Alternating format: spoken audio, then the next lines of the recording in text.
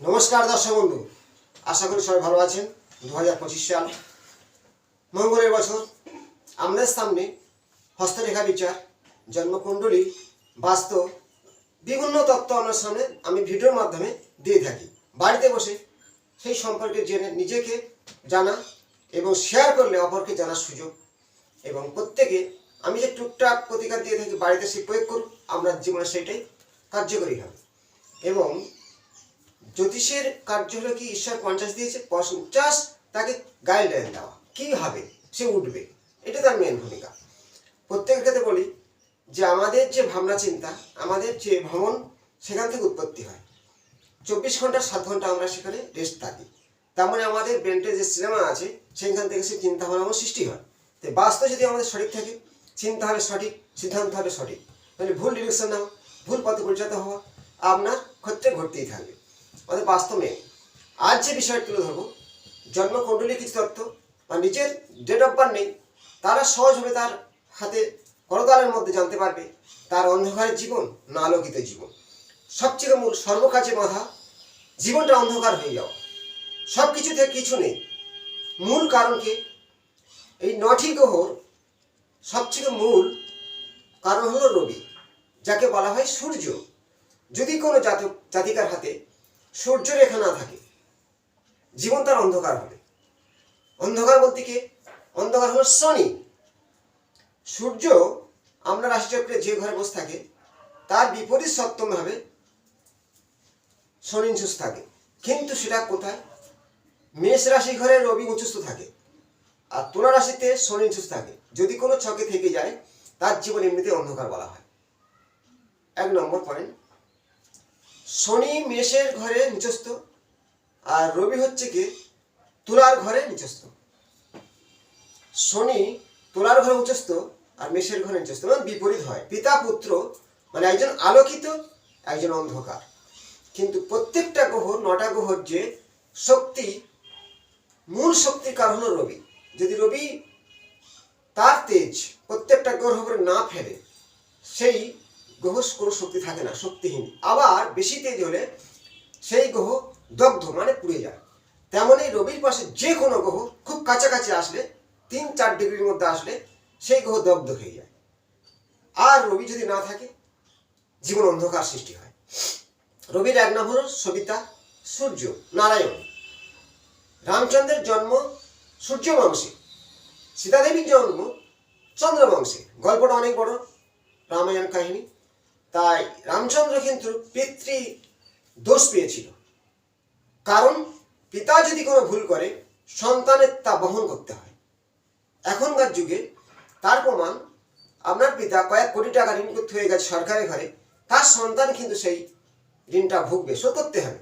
তার বাড়িঘর নিলাম, সম্পত্তি নিলাম। ঠিক তেমনই রামচন্দ্র ভুলের কারণে, রামের পিতা দশরথের ভুলের কারণে সেই রামচন্দ্রের সেই পিতৃঋণ ঘাড়ে করে তার জীবনটাকে যুদ্ধের জীবন করে তুলেছিল। তেমনই গল্পটা অনেক বড়, আমি কিছু বলবো। তাই রামের সেই পিতৃঋণ কাটানোর জন্যে বৈশিষ্ট্য মুনির কাছে যায়। বৈশিষ্ট্য বলল যে ঋণ কাটানোর জন্য পিতৃতর্পণ করতে হবে। তাই পিতৃঋণ রামচন্দ্র নিজেই করেছিল। পিতৃঋণ হওয়ার কারণ, আপনার জন্ম ছকে দেখুন, রাহু মানে রবি যে সূর্য, রাহুযুক্ত হয়ে বসে আছে, কেতুযুক্ত হয়ে আছে বা শনিযুক্ত হয়ে আছে, এখানে পিতৃঋণ সৃষ্টি হবে। আরো কিছু তত্ত্ব আছে। যদি রবি ভালো না থাকে, আমার জীবনে কোনো দাম নেই। যার অর্থ নেই তার সুনাম নেই। রবি হচ্ছে অর্থ দেবে, তেজ দেবে। তার মধ্যে যে মূল কারণ হলো মানুষের শরীরে রোগ শোক ব্যাধি কেন হয়? যদি কারোর রবি খারাপ থাকে। খারাপ বলতে কি? হরস্কোপের মধ্যে রবি রাহুযুক্ত বা রবি ডিগ্রি কম বা নিচস্থ হয়ে আছে, রবি শনিযুক্ত হয়ে আছে, রোগ শোক ব্যাধি ভুগবে, বিভিন্ন রোগে আক্রান্ত হবে যদি রবি খারাপ হয়। সেই সম্পর্কে কিছু তথ্য আমরা তুলে ধরছি। তার প্রতিকার সম্পর্কে জানাবো যে রবি ভালো হলে কি হয়, আর নেগেটিভ হলে তার প্রতিকারটা লাস্ট দেখবেন, ভিডিও কাটবেন না। প্রত্যেকে লাইক করবেন, কথা ভুলবেন না, লাইকটা করবেন, নিজের হাতে মিলান। তারপরে আমি ছকের মধ্যে জানাবো। বৃহস্পতি স্থান থেকে সুগঠিত রায় রেখা, মস্তিষ্ক রেখা মঙ্গলগামী, হৃদয় রেখা বৃহস্পতিগামী। ভাগ্যরেখা থাকতে পারে, না থাকতে পারে। ভাগ্যরেখা থাকলে বলা হয় পৈতৃক সম্পত্তি, ভাগ্যের কিছু সাপোর্ট আসে। কিন্তু যদি এখানে রবি রেখা না থাকে, এটাকে বলা হয় অনামিকার ফিঙ্গার। নিচেরটা হলো রবির ক্ষেত্র বা স্থান। রবির ক্ষেত্র বা রবির স্থান যদি মলিন হয়, কোনো রেখা নেই, রবি খারাপ। ভাগ্য রেখা আছে কিন্তু ভাগ্যহীন। যার হাতে রবি রেখা নেই তার ভাগ্য রেখাও স্ট্রেট সোজা থাকে না, হয় ভাঙা বা ছোট বা কোনো রেখা দ্বারা ছেদ, এটা হতেই হবে। আর রবি যদি রেখা না থাকে, বৃহস্পতিও খারাপ হবে, চন্দ্র নেগেটিভ হবে। এইগুলো কারণ। মূল কারণ হচ্ছে কি রবি। রবির আলোতে চন্দ্র আলোকিত হয়। তেমনই আপনার হাতে রবি রেখা না থাকলে যেমন জীবনে বদনাম, সর্বক্ষেত্রে বাধা, শরীরে তেজ কমে যাওয়া, সন্তানহীনতা রবিও দেয়। রবির তেজ না থাকলে সন্তানও হয় না। সবাই সূত্র নিয়ে জানে। আমি বলছি রবি খারাপ হলে সন্তান হয় না, নিঃসন্তান হয়। রবি নিজের হাতে মিলান, এই যে স্থানটা আছে অনামিকা নিচের এই স্থানটাকে বলা হয় রবির ক্ষেত্র।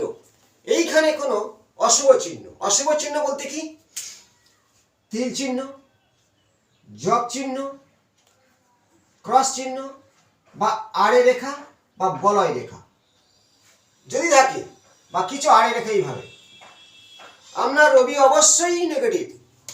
ওখানে কোনো রেখা নেই, ডাবা খালা লালার মধ্যে জল চলে যাচ্ছে ওই স্থানটা, বা স্থানটা কালচে রং, তাহলে রবি খারাপ নেগেটিভ অবশ্যই জানতে পারবেন যে আপনার রবি খারাপ। রবি খারাপ হলে কি কি হয়? হার্টের সমস্যা আসা, চোখের সমস্যা আসা, মাথার যন্ত্রণা হওয়া। যেমন মাথার যন্ত্রণা, হার্টের সমস্যা, চোখের রোগ ও বিভিন্ন শারীরিক সমস্যা আসবে। রবি যেহেতু নেগেটিভ হবে, তার রোগ প্রতিরোধ করার ক্ষমতা থাকে না। এটাই মূল কারণ। অসুস্থতার কারণ রবি। মানুষ যদি সুস্থ না থাকে, তার জীবনে সে প্রতিষ্ঠিত লাভ করতে পারবে না, তার শরীর তেজ কমে যাবে। তখন রবি আমাদের বলবান থাকা উচিত। বলবান কিভাবে বুঝবে? কি কি রেখা থাকলে কতটা বলবান হয়? রবির ক্রিয়াকার্য হল যশ, সম্মান, খ্যাতি, মুহূর্তে তেজ এবং রাজা। রবিকে বলা হয় রাজা। যদি কারোর হরস্কোপে রবি তুঙ্গস্থ থাকে, তুঙ্গস্থ মানে মেষ রাশিতে রবি তুঙ্গস্থ থাকে, হাতে স্ট্রেট কাট রবি রেখা দেখুন, এই যে কিছু খাড়া রেখা, এটাকে বলা হয় রবির সুন্দর। এখানে স্ট্রেট রেখা একটি থাকতে পারে, একাধিক রবি রেখা, আপনার জীবন আলোকিত হবে। স্থানটা খুব উঁচু বা রবি রেখা খুব সুন্দরভাবে এসে এই ঊর্ধ্বরেখাকে স্পর্শ করেছে। আমার জীবনে যত রকমের ক্রিয়াকার্য আছে প্রত্যেকটা সাফল্য লাভ হবে। আপনার শরীরে তেজ, আজীবন তেজ থাকবে। রবি হল সিংহ, মানে সিংহের মতো তার গতি। সে রাজা। রবি রাজা কেন? রবির রাজা যেমন অনেকে সপ্তম ঘরে রবি থাকলে বলা হয় অমিল যোগ, কারণ সেই নারী তার কথাবার্তা সবাই যে শুনেছে খুব ভালো, না শুনলে বিরগা। তেমনই রবির কিছু কিছু ছকের মধ্যে আছে। রবি এতটাই ভূমিকা দেয়। ধরে এই রবি রেখা আছে, তার যশ, সম্মান, খ্যাতি সব কিছুটা আছে। ভাগ্য অবশ্যই শক্তিশালী, তার রোগ সুখ ব্যাধি কম। যদি ওই রেখা না থাকে, জীবনটা হয় অন্ধকার, ওই স্থানটা হয় মলিন।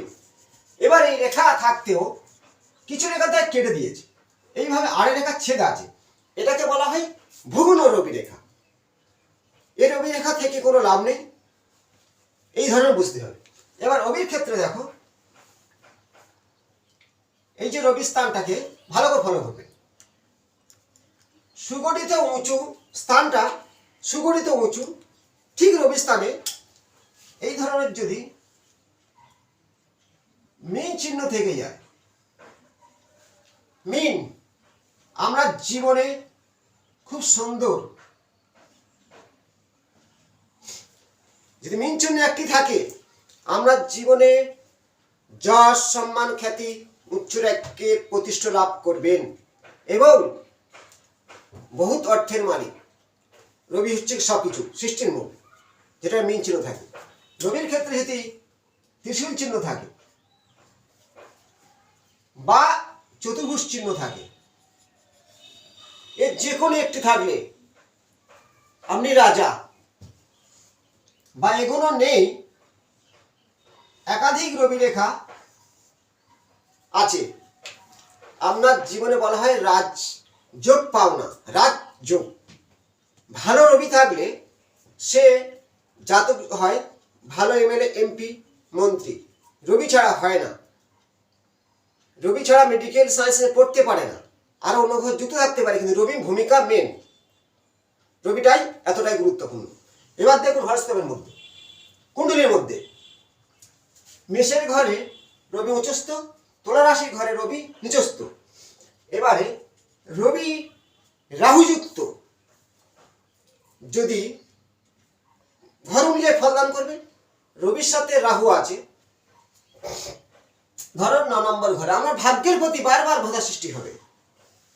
পঞ্চম ঘরে রবির সাথে রাহু থাকলে, বা পঞ্চম ঘরে যদি রাহু একা থাকে, পঞ্চম ঘরটা যদি সিংহ রাশির ঘর হয়, সেখানে আপনার পিতৃহানিকারক যোগ, সন্তানের ক্ষেত্রে বাধা, গর্ভপাত, নানান কিছু ঘটনা ঘটবে রাহু একা থাকলে, পঞ্চম মানে সিংহ রাশির ঘরে। আর রবি যুক্ত হলে বলা হয় পিতৃঋণ।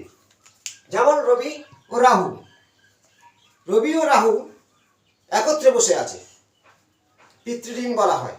জীবনে একবার বড় বদনাম, বড় অর্থনাশ আসবেই।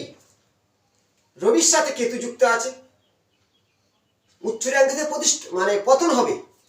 রবি ও শনি, আমরা যেমন পিতার সাপোর্ট না থাকা, অর্থ থেকে বঞ্চিত হওয়া, বা বিশেষ করে সমাজে আপনার কোনো ডাক নেই, বদনাম, পাওনা জিনিস পাবে না। শনি ও রবি একত্রে যেভাবে বসে থাকুক, লগ্ন থেকে আপনার যে কোনোভাবে, কিন্তু এখানে ভাব আছে যদি আপনার ঠিক কেন্দ্রের মধ্যে থাকে, তাহলে আপনার সম্পদ থেকে বঞ্চিত হবে। 9 নম্বর ঘরে থাকলে ভাগ্য হানি হবে, পিতার হানিকারক। 9 নম্বর ঘর থেকে পিতাও দেখা হয়, পঞ্চম ঘর থেকে দেখা হয়, পঞ্চম ঘরে শিক্ষার ক্ষেত্রে বাধা হবে। রবি রাহু যুক্ত, কেতু যুক্ত, রবি শনি যুক্ত, রবি শুক্র যুক্ত আছে, যদি লগ্নের দ্বিতীয় ঘরে থাকে অর্থ হানিকারক যোগ, বা সপ্তম ঘরে রবি শুক্র আছে, বিবাহ জীবনে ঘাত প্রতিঘাত। তেমনি শুক্র অষ্টমে আছে রবি যুক্ত, আপনার চোখের সমস্যা, মাথার সমস্যা ও শারীরিক সমস্যা আসতে বাধ্য হবে, তেজ কমিয়ে দেবে।